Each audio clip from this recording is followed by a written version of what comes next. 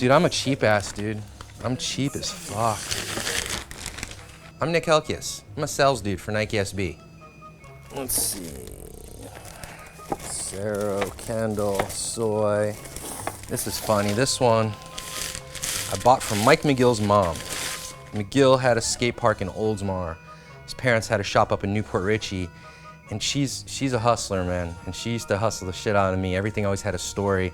I never knew if somebody walked in and like sold her this, because when you work at a skate shop, people walk in all the time with some old board. Hey, can you put some new trucks on it? Could you re-drill it? But I go there one day, she's like, I got something for you. I got this out of Mike's closet.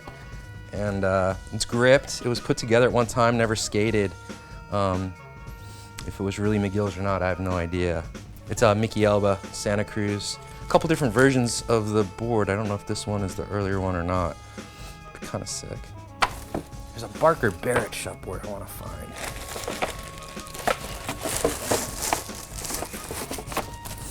This is the good stuff right here. These are my favorite. Thiebaud Real Deluxe, man. These are my favorite. This next to Powell stuff in Santa Cruz, I mean, this is you see this tattoo on people often. Really impactful graphic when it came out, man. Just the hanging Klansman from Thiebaud. This really, this just reminds me of Thiebaud with the Public Enemy beanie on, and just that whole time, man.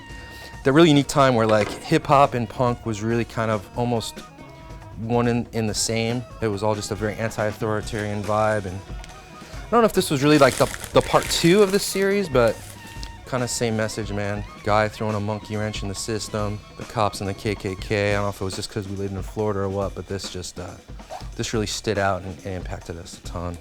When this came out, man, living in Florida at the time, the shit's real.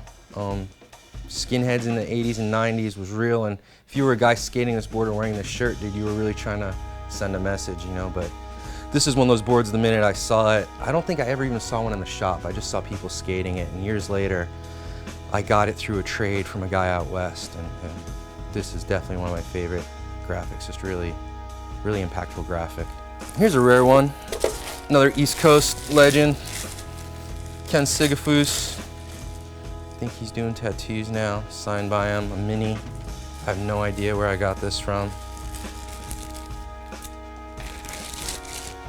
For a while, I was really trying to focus on East Coast riders, especially kind of people that get forgotten. Oh, this story, this one. This is a great one, man. So when we were growing up, in the early 80s, when I was in high school, I met 2 brothers, Mike and George Dare.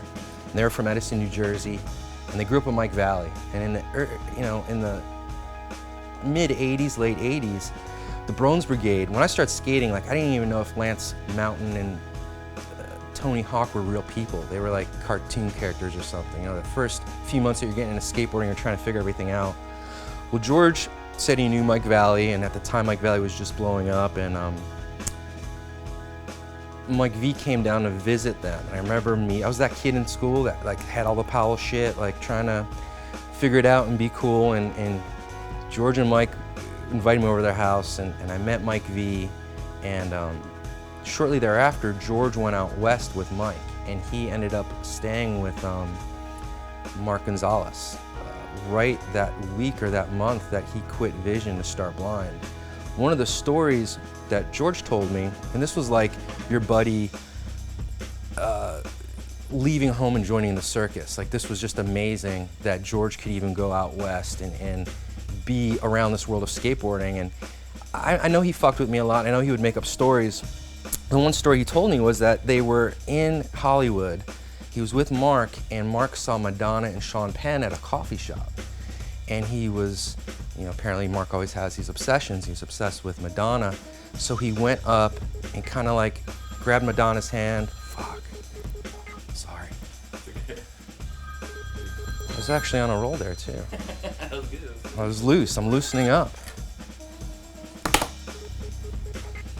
I could shorten it up a little bit too.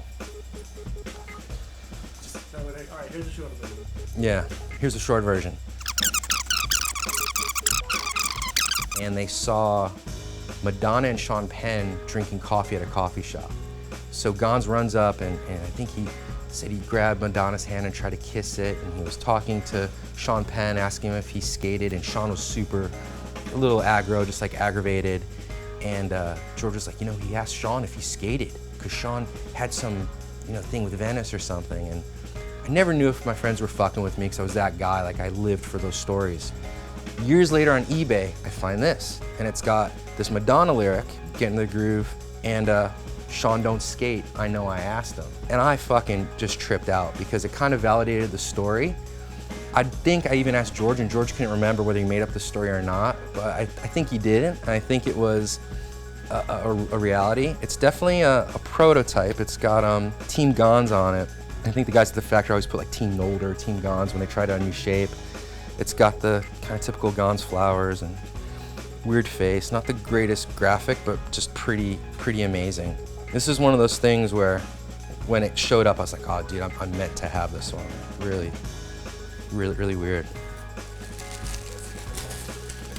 Yeah. That's a good story. I hope it came out decent. Here's that Barker Barrett, man. Another really influenced all of us here on the East Coast, man. Rad dude, little King Diamond logo on the shirt. I think this is one of the rare shut boards. It's a big guy.